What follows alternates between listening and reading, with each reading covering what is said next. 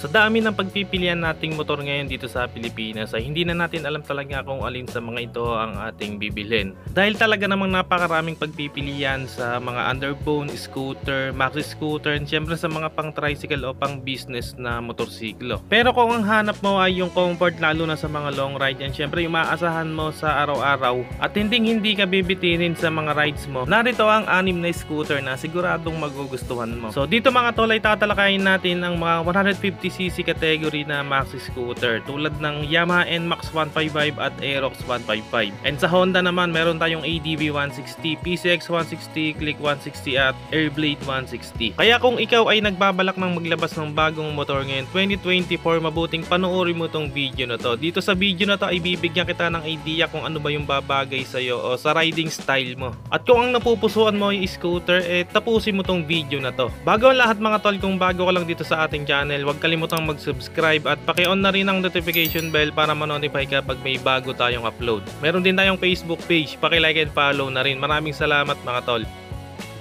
So sa Yamaha mga tol ay meron silang dalawang maxi scooter na pwede nyong pagpilian o pwede nyong isama sa options nyo kung kayo ay nagbabalak ng maglabas ng motorsiklo. So dito ay meron tayong Yamaha NMAX 155 at Yamaha Mio Aerox 155. Dito sa Yamaha NMAX napakasimple lang ng design nito pero andun yung pagka-elegante ng datingan niya. At kung comfort lang or yung riding comfort lang ang hanap mo ay talagang maibibigay ni Yamaha NMAX to dahil sa riding position niya ay naka-upright position tayo dito kapag nagra-ride. And pwede pa nating iunat yung mga paa natin so pwede nating pagpalit-palitin yung pwesto syempre para hindi tayo agad mangalay lalo na sa mga mahahabang biyahe. And talagang malalapad yung upuan niya, nakadesign talaga to pang long ride. And bukod sa pang long ride mga tol, pwede mo rin tong magamit araw-araw dahil talagang napakatipid lang din ito kumonsumo ng gasolina na kayang umabot ng 40 to 45 kilometers per liter. Kaya talagang pwede rin tong pang daily use. Ginamitan niya ito ng 155cc engine displacement, liquid cooled, naka single overhead cam, 4-valve, single cylinder, fuel injected engine, and naka VVA na rin o variable valve actuation. Samahan mo pa ng Blue Core technology ng Yamaha. So ito yung mga technology ni Yamaha na nagma-maximize ng performance ng mga makina nito, and syempre napapanatili niya yung fuel efficiency nito.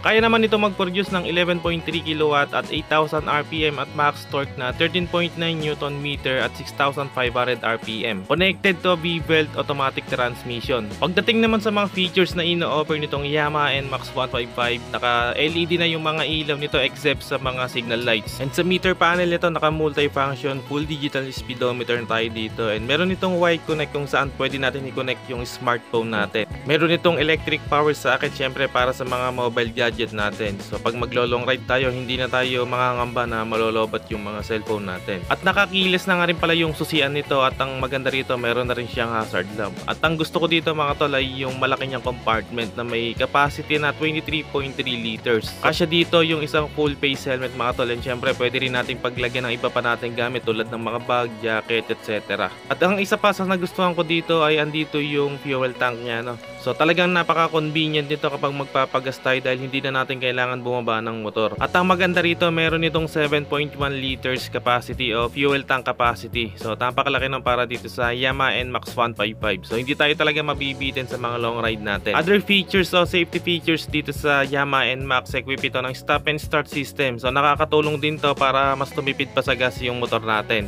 So ito yung pag huminto tayo, automatic mamamatay yung makina. Then after ilang segundo, pihitin lang natin yung silinyador ay aandar na ulit yung makina nito. So nagagamit natin to sa mga traffic light. Equip na rin ito ng traction control system at meron itong dual channel ABS. Pagdating naman sa SRP ng Yamaha NMAX 155 ngayon ay meron itong cash price na 151,900 pesos. Pagdating naman dito sa Yamaha Mio Aerox 155, halos lahat ng specs nito ay katulad lang din sa Yamaha NMAX 155. Tulad ng sa engine, same engine lang sila ni Yamaha NMAX 155 at equipped din ito ng Blue Core at VVA o variable valve actuation. Syempre ang talagang pinagkaiba nila ay yung looks kung si Yamaha NMAX 155 ay may simple but elegant design. So bali itong si Yamaha Aerox 155 ay meron itong sharp looking design and talagang napaka-sporty ng maxi scooter na to. Kaya tinawag din itong sport maxi scooter. Itong Yamaha Mio Aerox 155 ay merong dalawang variant, isang S version at isang standard version. Bali yung S version mga tol, ito yung may stop and start system at yung naka ABS, naka-keyless na rin. And yung standard version naman ay walang ABS at walang stop and start system at hindi naka-keyless. Other features mga tol nitong Yamaha Mio Aerox, meron itong power socket, naka fully digital meter panel, and syempre naka tubeless na rin yung mga gulong. LED ang mga ilaw except sa mga signal lights. And meron itong 24.5 liters under seat compartment, so maluwang din to, kasya dito yung isang full face helmet. At very convenient din magpakarga ng gas dito, dahil yung location ng gas tank nito ay andito rin sa harapan. So hindi mo na rin kailangan bumaba ng motor. So bali yung fuel tank capacity nito ay merong sukat na 5.5 liters. Mabibili mo naman ito sa halagang 124,000 pesos para sa standard version, and yung S version naman niya ay 145,000 pesos.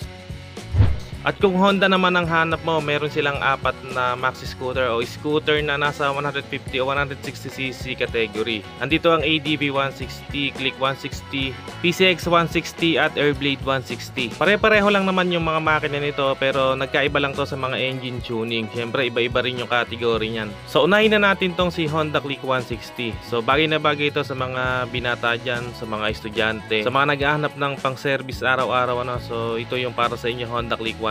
So ginamitan to ng 157cc engine displacement, 4-stroke 4-valve single overhead cam liquid cooled ESP plus program fuel injected engine na kayang mag-produce ng max power output na 11.3 kW at 8,500 RPM at max torque na 13.8 Nm at 7,000 RPM.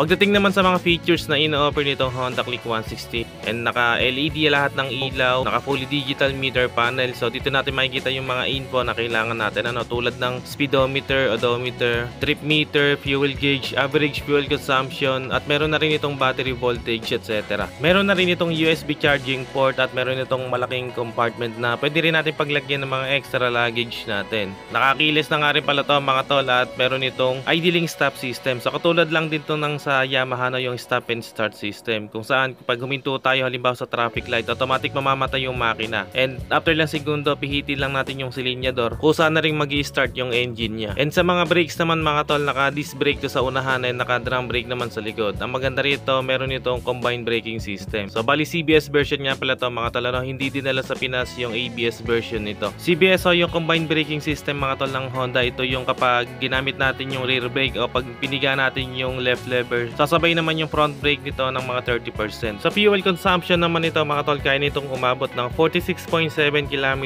per liter. So hindi na rin masama para sa isang 160cc na makina. Kaya naman talagang pwede itong pang daily driven o kaya pwede rin pang long ride. Pagdating sa cash price, ang SRP nito ay 122,900 pesos. Sunod naman natin itong Honda Airblade 160. Para sa akin ito na yung pinaka-compact na scooter ni Honda na mabibili natin. Dahil sa tingin ko lahat ng kailangan natin na hinahanap natin sa isang motorsiklo ay na kay Honda Airblade 160. Saka itong Honda Airblade 160 mga tol, pwede siya sa kahit kanino, dahil hindi naman siya ganun kalaki tulad ng ibang maxi scooter. Sa tingin ko nga mas malaki pa yung Honda Click 160 dito. Sa makina naman ito mga tol, same lang siya sa Click 160 na gumagamit din ng 157cc engine displacement, 4-stroke 4-valve single overhead cam liquid cooled ESP plus program fuel injected engine na kaya mag-produce ng 11.2 kW at 8,000 RPM at max torque na 14.6 Nm at 6,500 RPM. At pagdating naman sa fuel consumption nito, kaya nitong umabot hanggang 47.5 km per liter. So ito yung base sa test ng ginawa ng Honda. So depende pa rin yan sa rider, sa throttle habit natin, sa road condition, etc. And meron nga pala tong 4.4 liters fuel tank capacity. Speaking of fuel tank mga tol, dito nga pala nakapwesto yung fuel tank niya. So napaka-convenient niyan dahil hindi na natin kailangan bumaba ng motor para magpa-refill ng gas. So tulad nga ng sinabi ko kanina mga tol, talagang napaka-compact ng scooter na to. So mula dito sa front end niya, talagang napaka-sporty, and andun din yung angas ng motorsiklo na to. So mula dito, LED lahat ng ilaw niyan sa mga daytime running lights, headlamp, pati sa mga signal lights. And dito rin naman sa tail light niya, LED na rin yung ginamit. Pagdating naman dito sa meter panel niya, naka full digital meter panel. So andito lahat ng kailangan natin, tulad ng speedometer, odometer, trip meter. Makikita rin natin dito yung average fuel consumption, yung battery voltage natin, meron din tong digital clock, etc. At pagdating sa design nito, talagang napaka-premium, lalo na dito sa upuan natin. So para siyang leather seat ano, then two-tone yung design niya, ibig sabihin dalawa yung kulay. And then meron din siyang mga stitches dito na lalong nagpa-premium dun sa datingan niya o dun sa looks niya. At speaking of seats mga tol, dito sa ilalim ng upuan niya, meron tayo ditong malaking compartment na may sukat na 23.2 liters storage capacity. So kasya dito mga tol yung isang helmet ano. So depende pa rin yun sa size, and syempre pwede rin natin ito paglagyan ng mga iba nating gamit tulad ng bag, jacket, etc. At dito nga mga tol sa storage niya o dito sa underseat compartment natin, meron na siyang LED rito no? So para hindi rin tayo mahirapan, halimbawa pag sa gabi binuksan natin, may hinahanap tayong gamit, hindi na natin kailangan ng flashlight.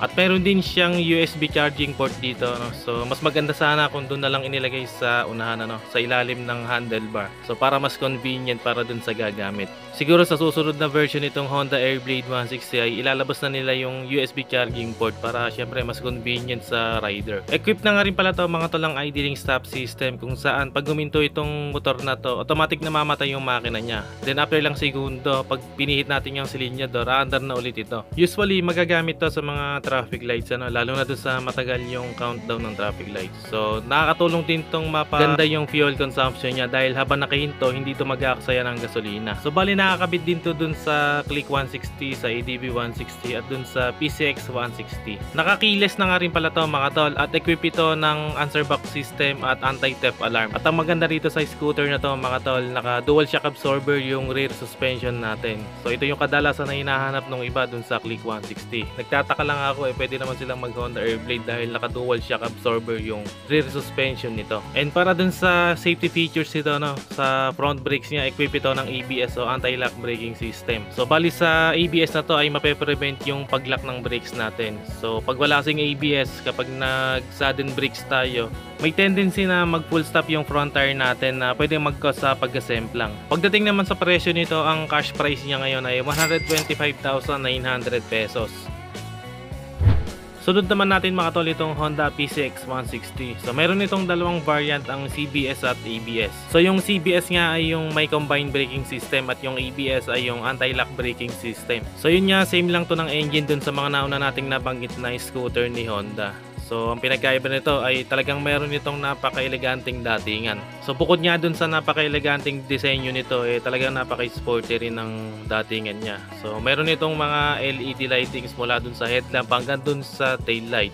Dito sa meter panel, naka fully digital meter panel na din. Keyless na rin yung ginamit na susian dito, both CBS at ABS variant. At equipped na rin ito ng ISS o idling stop system. At ang nagustuhan ko dito, both front and rear brakes ay naka-disc brake. At equipped ito ng dual channel ABS. At ang maganda rito, meron din siyang HSTC o Honda Selectable Torque Control. So ito yung pinaka-TCS niya no, o yung traction control system. At meron din tayo ditong secured na front pocket with USB charging port. And pagdating naman sa storage capacity dito o sa underseat compartment, meron ditong 30 liters capacity. So kasyang-kasya dito yung isang full face helmet. At the same time, pwede pa natin paglagyan ng iba pa nating gamit tulad ng bag, jacket, etc. So ang presyo nito ngayon mga tol ay 131,900 pesos para sa CBS version. At para naman doon sa ABS version ay 149,900 pesos.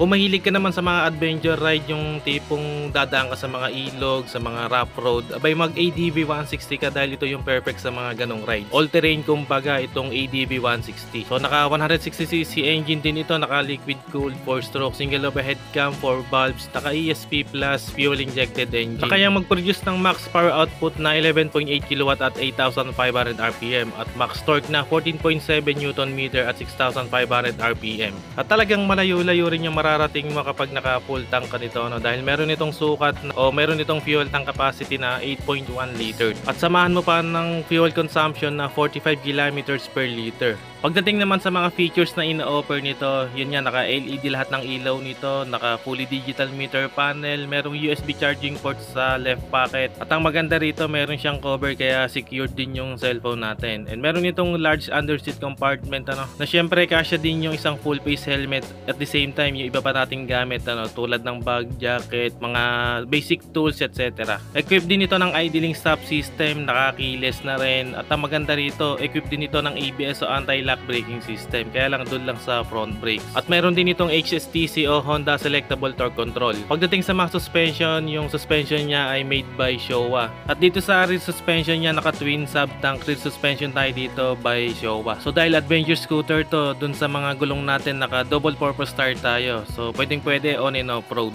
At ang SRP natin para dito sa Honda ATV 160 ay 166,900 pesos. So bahala na kayo kung ano yung napupusuan yung ilabas o bilhin dito sa mga motorsiklo na to. So sana ay nakatulong sa inyo. Hanggang dito na lang muna mga tol. Kung bago lang kayo sa channel na to, huwag kalimutang mag-subscribe at paki-on na rin ang notification bell para ma-notify ka pag may bago tayong upload. Meron din tayong Facebook page, paki-like and follow na rin. Maraming salamat mga tol. Always ride safe and God bless.